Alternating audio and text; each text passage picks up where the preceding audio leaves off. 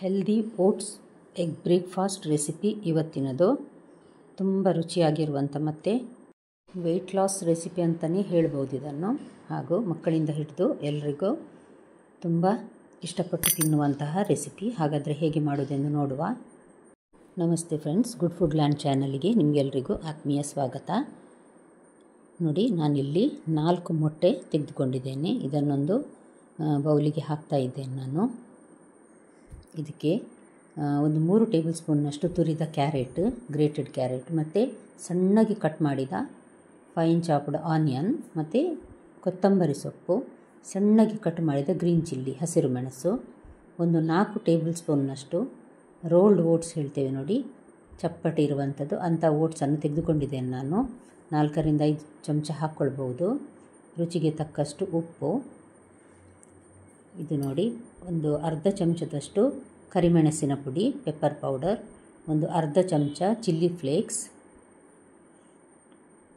ನೀವಿನ್ನೂ ನನ್ನ ಚಾನಲನ್ನು ಸಬ್ಸ್ಕ್ರೈಬ್ ಮಾಡಿಲ್ಲ ಅಂದರೆ ದಯವಿಟ್ಟು ಸಬ್ಸ್ಕ್ರೈಬ್ ಮಾಡಿ. ಹಾಗೂ ನಿಮ್ಗೆ ಇಷ್ಟ ಆದರೆ ಲೈಕ್ ಮಾಡಿ, ಹಾಗೂ ಫ್ಯಾಮಿಲಿ ಫ್ರೆಂಡ್ಸಿಗೆ ಶೇರ್ ಮಾಡೋದನ್ನು ದಯವಿಟ್ಟು ಮರಿಬೇಡಿ. ಇದನ್ನು ನೋಡಿ, ಈ ರೀತಿ ಚೆನ್ನಾಗಿ ಮಿಕ್ಸ್ ಮಾಡಿ ಒಂದು 5 ನಿಮಿಷ ಹಾಗೆ ಬಿಡುವ. ಇಲ್ಲಿ ಕಾಯಲಿಕ್ಕಿಡುವ ಹೊತ್ತಿಗೆ ಅದು ಸ್ವಲ್ಪ ಓಟ್ಸ್ ನೆಂದಿರ್ತದೆ. 2 ಟೇಬಲ್ ಸ್ಪೂನ್ ಯಾವುದಾದ್ರೂ ಎಣ್ಣೆ ಅಥವಾ ಬೆಣ್ಣೆ ಸಹ ಹಾಕ್ಕೊಳ್ಬೋದು. ಹಾಕಿ ಈಗ ನೋಡಿ, ಕಾವಲಿ ಬಿಸಿ ಇದೆ. ಇನ್ನು ಮೆಲ್ಲ ಮಾಡುವ.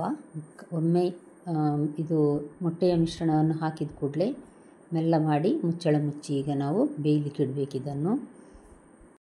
ಜಾಸ್ತಿ ಉರಿ ಆದರೆ ತಳಭಾಗ ಕಪ್ಪಾಗ್ತದೆ, ಸುಟ್ಟು ಹೋಗ್ತದೆ. ಅದಕ್ಕೋಸ್ಕರ ಮೆಲ್ಲ ಉರಿಯಲ್ಲೇ ಬೇಯಿಸುವ ನಾವು.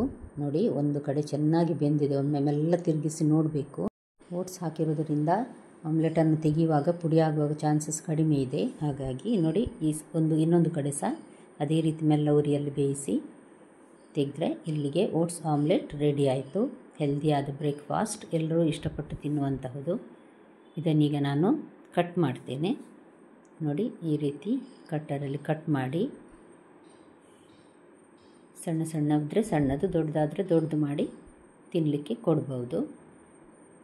ಹಾಗಾದರೆ ಇವತ್ತಿನ ಓಟ್ಸ್ ಎಗ್ ಆಮ್ಲೆಟ್ ರೆಸಿಪಿ ನಿಮಗೆ ಇಷ್ಟ ಆಯಿತು ಅಂತ ತಿಳ್ಕೊಳ್ತೇನೆ. ದಯವಿಟ್ಟು ಲೈಕ್ ಬಟನನ್ನು ಪ್ರೆಸ್ ಮಾಡಿ ಹಾಗೂ ಶೇರ್ ಮಾಡೋದನ್ನು ಮರಿಬೇಡಿ. ನಾಳೆ ಇನ್ನೊಂದು ಹೊಸ ರೆಸಿಪಿಯೊಂದಿಗೆ ನಿಮ್ಮನ್ನು ಮತ್ತೆ ಭೇಟಿಯಾಗ್ತೇನೆ.